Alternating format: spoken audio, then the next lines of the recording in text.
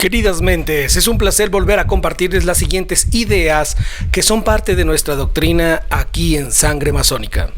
Ya que, como les he dicho infinidad de veces, tener en claro una postura al respecto de este y otros temas institucionales, masónicamente hablando, marca la diferencia de nuestro servicio en el mundo. Y de hecho, si esta práctica se logra realizar con éxito, empezaremos a tener mayores habilidades para cuestionar lo establecido al respecto de cualquier institución, de cualquier normativa. Porque si no lo hacemos, muy posiblemente seguiremos bajo el destino de la subyugación de los ambiciosos, fementidos e hipócritas.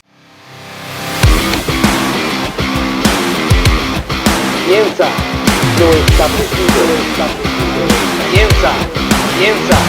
Piensa. Lo establecido.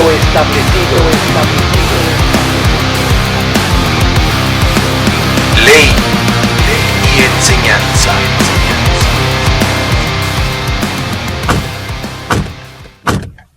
En el episodio pasado, analizamos algunos hechos sobre la llamada regularidad de origen.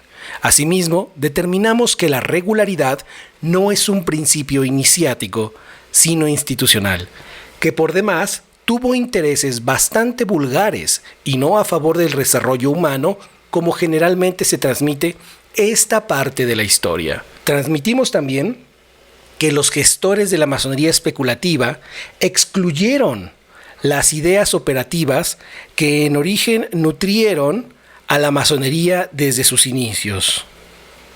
Al excluir no solamente a Sir Christopher Wren, último o llamado el último masón operativo, sino que estaba vivo para ese entonces, para el 24 de junio de 1717, sino también tras la quema arbitraria y consciente de documentos masónicos históricos.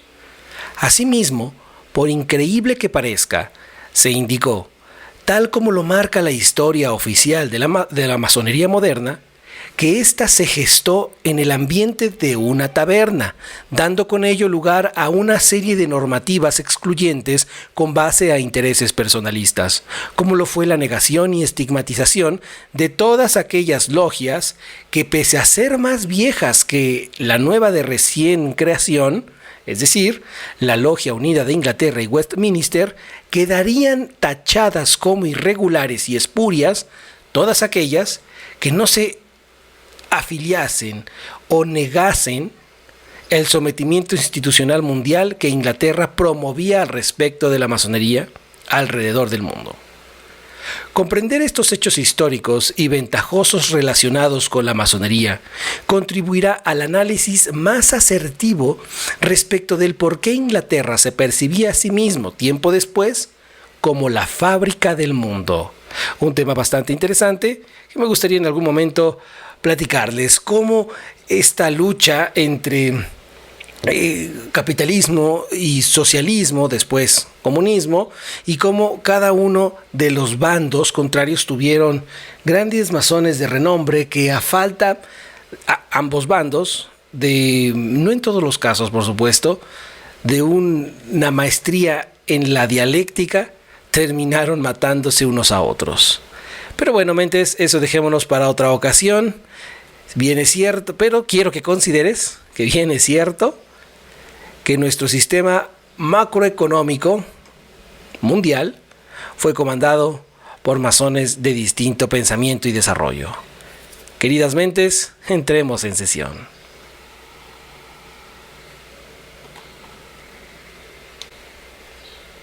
El día de hoy abordaremos una breve introducción al respecto de la regularidad desde el punto de vista internacional. De igual manera abordaremos este contenido bajo el esquema de dos momentos, tal como lo hicimos la primera vez. Los hechos, por un lado, y su tan necesaria crítica por el otro. Aunque esta tienda a incomodar. Como punto número 1 debo señalar que actualmente y en esencia, nadie debiera expresar regularidad tal como lo establecieron aquellos documentos de 1717. En verdad, absolutamente nadie. Con el análisis de los estatutos originales puede corroborarse esto. Ha ocurrido que los grandes orientes o grandes logias irregulares han adquirido el estatus de regular a través de los años mediante el trabajo y el reconocimiento mutuo, o bien de tal o cual antigua organización masónica. Algunas incluso se dicen ser poseedoras de la dinastía doctrinal, y no me lo estoy sacando esto de la manga, de los antiguos lemures y atlantes. Ya abordaremos este ridículo de la dinastía fantasiosa en episodios más adelante dentro de esta serie de estudios sobre la regularidad.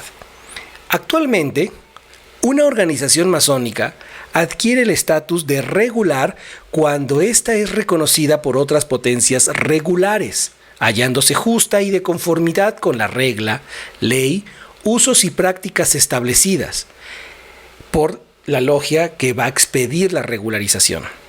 Entre ellas, el respeto obligatorio y defensa de los llamados landmarks o linderos en español. Ya ingresaremos a lo que son los landmarks más adelante. Así entonces, masón regular es aquel que, cumpliendo con sus deberes, se haya inscrito como miembro activo en el cuadro de la logia masónica regular. De otra manera, sería irregular. Algunos gustan de llamarlos espurios o salvajes a las logias regulares y los masones que las conforman. Internacionalmente, el Gran Oriente de Francia y la Gran Logia Unida de Inglaterra son las encargadas de regular a la comunidad masónica mundial. Aunque recuerden que desde el punto de vista purista y de origen, sería la Gran Logia Unida de Inglaterra la única que debería expedir la carta patente, o bien quien ésta designe para cualquier logia que anhele considerarse como regular. Pero las cosas han cambiado a lo largo de los años y, adecuando normas a modo, esto ya no es así como tal el día de hoy. Entre organizaciones masónicas, algunas se tiran carrilla o basura las unas a otras por este término, el de regular. Que si tú eres regular por esto, sí, pues tú eres regular por esto otro, y así sin parar. Increíble demostración de la falacia del "y tú también". Un gran ejemplo de esto ocurrió cuando en 1817 el Gran Oriente de Francia decidió omitir el símbolo del gran arquitecto del universo. Así entonces, cuando los masones ya no estaban obligados a creer en un ser supremo, tampoco, por añadidura, lo estaban los candidatos. Y de hecho esto, dicho sea de paso, no es una obligación, debe ser una cuestión natural en el individuo. Argumentando con ello la libertad de conciencia escrita con C.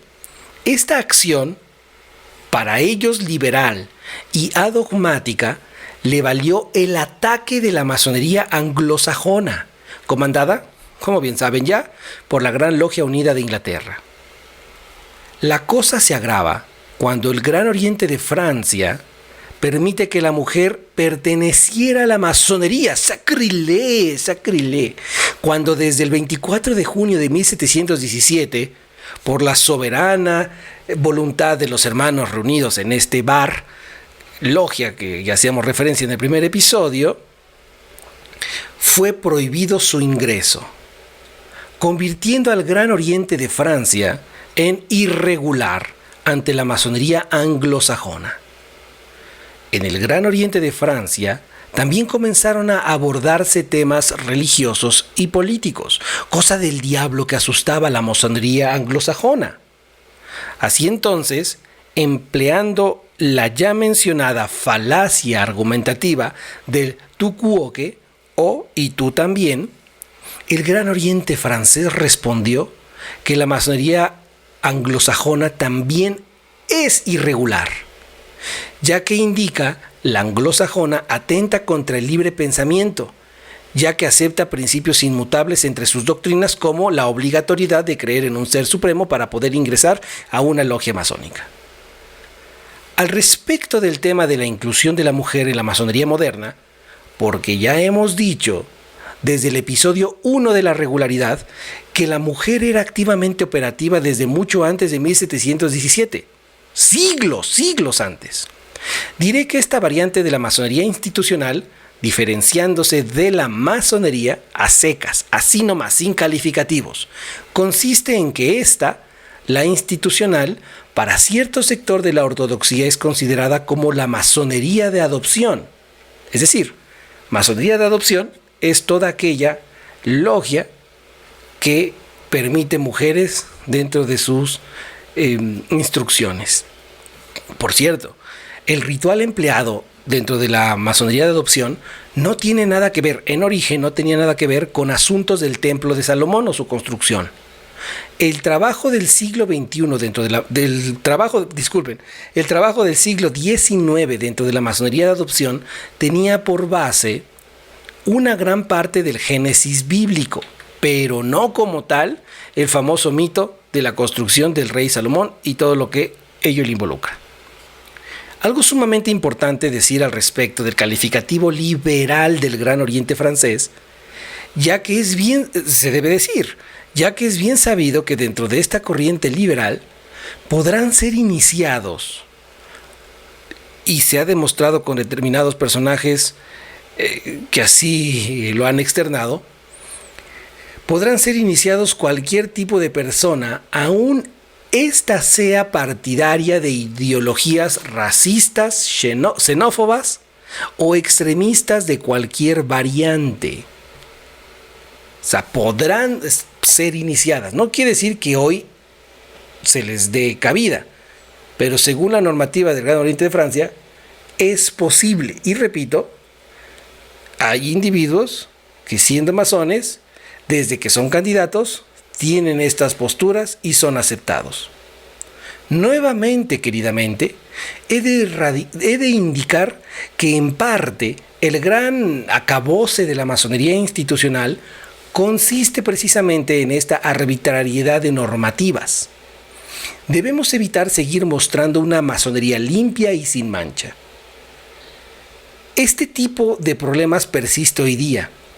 De hecho, si indagas, es posible que te topes con determinadas declaraciones racistas de altos miembros de la masonería americana, hablando a nombre de determinadas logias bajo retóricas de supremacía blanca. No lo estoy inventando. Hoy, siglo XXI, dejemos de tapar el sol con un dedo, por favor. Estos problemas existen porque son la propia imperfección del ser humano, que siendo masón, que sin depurar ni rectificar, los fomentan, le dan continuidad. Mostrar una masonería limpia, pura, sin mancha, inmácula, que todos los masones son libres y de buenas costumbres, que como decimos hasta que se nos hincha la boca, estas palabras, no es así. No es cierto, quienes nos iniciamos siendo imperfectos y muchos llegamos a grados superiores, terminamos y seguimos siendo imperfectos.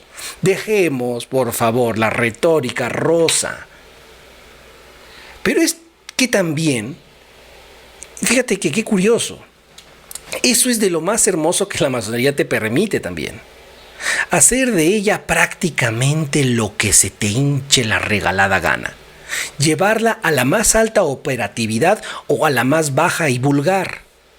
La masonería, como idea, deja a tu libre albedrío lo que quieras hacer con ella, tal como lo demostró la logia italiana Propaganda 2, por mencionar una, porque si menciono otras que han sido parte de contubernios criminales, pues bueno, a lo mejor la cultura de la cancelación hace su mella, ¿verdad? Porque quieren tapar el sol con un dedo.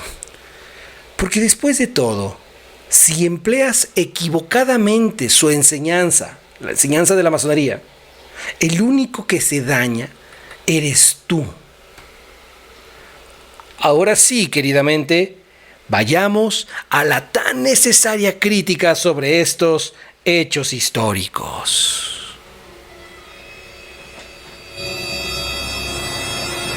Y de forma objetiva, la regularidad de origen se ha perdido ya, por causa de que sus normativas se han estado variando a lo largo de más de 3 siglos desde que se inventaron. La Gran Logia de Inglaterra y Westminster mostraron al mundo la manera en cómo por medio de la propia soberanía es posible que otras logias constituyesen su propio concepto de regularidad, abusando en algunos casos de esto. Pero en otros, hay que decirlo, hay que ser, repito, honestos también, empleándola a la regularidad con resultados bastante útiles.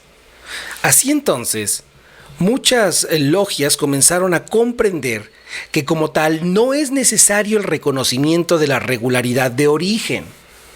Algunos otros desde el principio lo tenían muy claro. Es que de hecho no es difícil tenerlo en claro.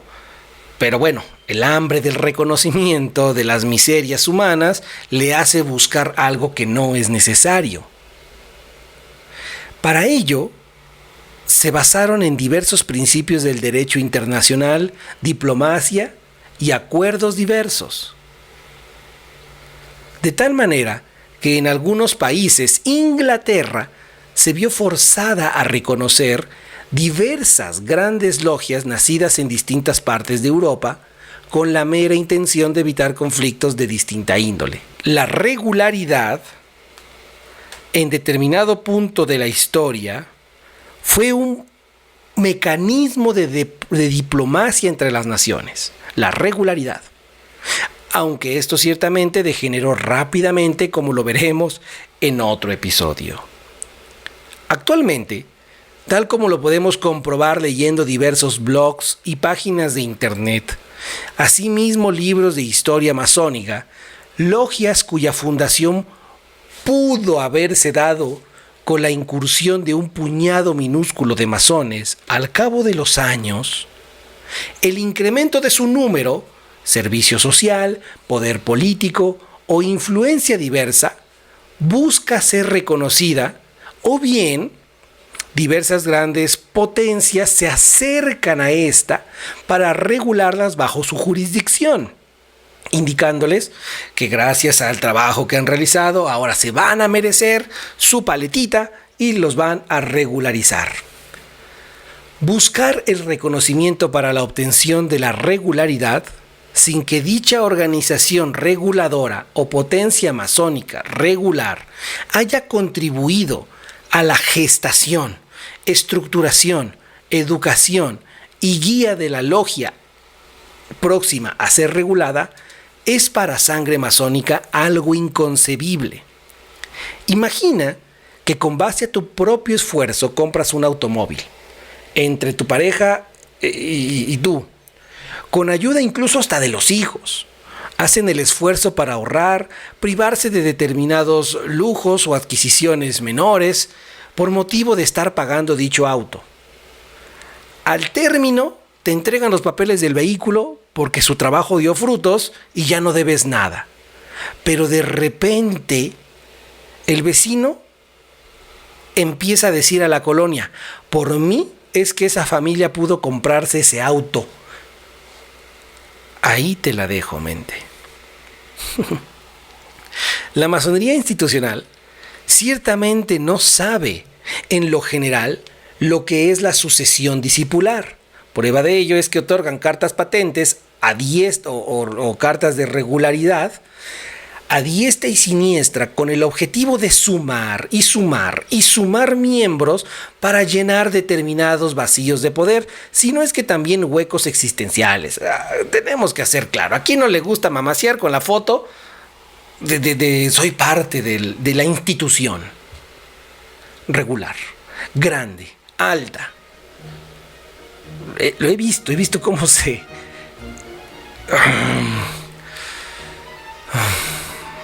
ceden la propia soberanía a determinadas logias que, por no reconocer el valor de su propio trabajo, buscan que alguien más lo valide. Ya te iré demostrando pruebas de esto. La obediencia a los estatutos que validan la regulación debe ir más allá que el respeto a los lineamientos institucionales. ¿Dónde queda la congruencia, pues? ¿Seguiremos fomentando la separatividad entre el hombre y el iniciado? ¿En verdad una cosa es uno y otra cosa es el otro? La regularidad es más allá que forma, visto incluso desde la misma regularidad de origen. Cuando la Gran Logia de Inglaterra y Westminster comenzó a otorgar cartas patentes y grandes cartas patentes a logias y grandes logias, según corresponda, les dio autorización a quienes las expedían a regularizar a otras logias. Por ejemplo, supongamos que la gran carta patente expedida de la Logia de Inglaterra y Westminster le daba a un ejemplo, ¿no? A Suiza, a una logia de ahí, le otorgaba una carta patente de regularidad de origen. Y también le facultaba a la Gran Logia de Suiza, estoy diciendo un ejemplo hipotético, para regular a su vez otras logias que estén bajo su jurisdicción, ¿sí? Bajo su territorio. Así funciona esto y así va creciendo la institucionalidad masónica en este sentido. Con el tiempo, de igual modo, esto no tardó en corromperse. He sabido, aquí de donde soy, en Puebla, México, que aquí mismo en Puebla, de organizaciones bastante conocidas, dan hasta dinero sin que sea necesario, directamente a la cuenta de determinada persona conocida para que la regularicen. Ahí se las dejo. Bien, ¿ya leyeron el libro Masonería, Historia e Iniciación de Christian Jack? En gran medida, esto fue el inicio de lo que llamaremos regularidad a modo. Como verán, las falacias argumentativas ad hominem, ad verecundiam y tu quoque son bastante comunes en estos asuntos regulares contra irregulares. En la política contemporánea podemos observar cómo el presidente de México hace diferencia entre mexicanos chairos y mexicanos fifís, gestando con esto una cultura de la separatividad bastante dañina para el pueblo, que puede y debe ser con todo lo contrario por causa de la influencia de nuestro presidente ante la sociedad. Ningún presidente debiera forjar este nivel tan bajo en ocasiones de separatividad entre mexicanos. Debiera aprender a consolidar. Pero bueno, por asuntos que hay que reconocerlo, de su retórica tan maestra, le ha funcionado. Pues bien, hermanos, asimismo se oyen ustedes cuando se expresan ante quienes califican como regulares, espurios o salvajes por no coincidir con sus propios principios doctrinales. Y sin embargo, entre quienes gustan de atacar al presidente por esta acción de decir chairos contra fifís, porque los he escuchado, hacen lo suyo cuando se dirigen a un hermano que para ustedes es irregular. Es gracioso, triste y gracioso. Dentro de las frases pegajosas que determinados hermanos gustan de repetir sin comprender porque no la operan, existe una muy usada. Todos somos hermanos y sin importar rito, credo, nacionalidad, posición política o estatus económicos, son bien recibidos a mi logia. Pues bien, quiero que una fémina llegue a una logia masculina a pedir plaza entre vosotros. Quiero que un hombre de raza negra se atreva a tocar a las puertas de determinada logia en Illinois a ver qué pasa. A ver qué pasa. Comprendamos que cada institución masónica tiene sus normas y debemos respetar esas normas. No podemos ir a tocar a una logia así tal cual, porque corremos el riesgo de que se nos niegue el paso, por más formas de reconocimiento que la persona sepa. Si en determinada gran logia no se aceptan individuos de raza negra, no se aceptan individuos que no puedan aportar las cápitas mensuales, pues búscate otra logia que sí acepten individuos de raza negra o que tenga cápitas más accesibles a tu bolsillo. Son normas. No debemos hacer creer que la fraternidad tal cual se opera indistintamente, porque es más profundo que ello incluso.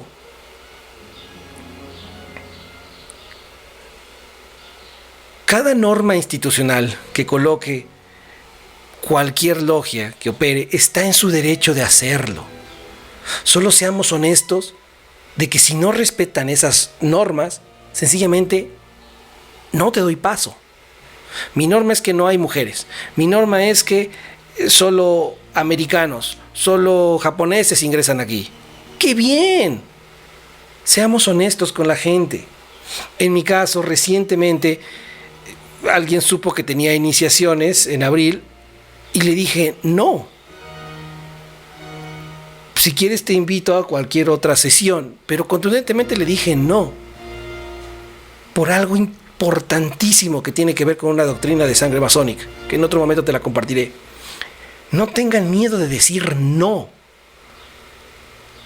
O de volver a preguntar si ya. Hay normas institucionales. No seamos hipócritas en ese sentido. Y eso, el decir no debería dañar la fraternidad, la confianza. Porque hoy es un no y hay un porqué. Lo sepas o no. Las normas institucionales contribuyen a que los miembros de esa organización particular, de esa logia en particular, tengan la armonía que están buscando. Totalmente de acuerdo que se le impida el acceso a la mujer. Totalmente de acuerdo. Así como el acceso al hombre en logias femeninas. Totalmente de acuerdo. Porque cada quien tiene no libre albedrío. Porque ello no existe. Y después hablaremos con profundidad sobre ello.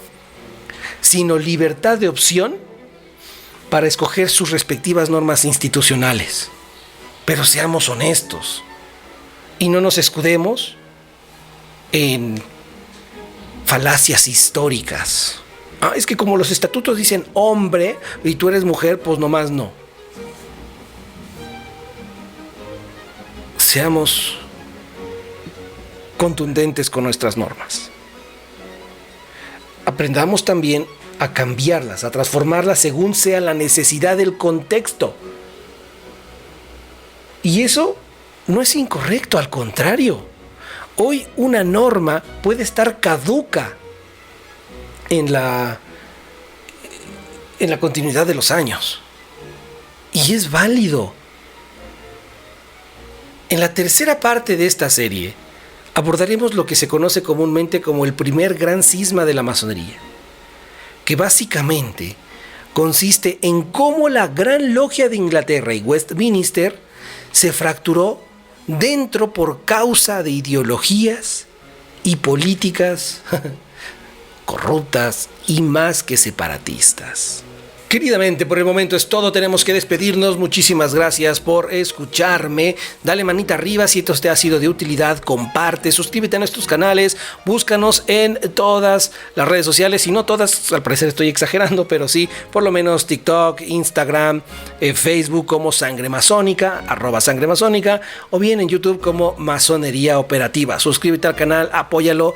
Si te gusta el contenido, adelante, y si no, deja de escucharnos. A lo mejor se piensa que estoy diciendo puras tonterías. A lo mejor la crítica que hago no son más que balbuceos de un pobre ignorante, ¿verdad? Hasta luego, queridas mentes. Hasta la próxima. Ley y enseñanza.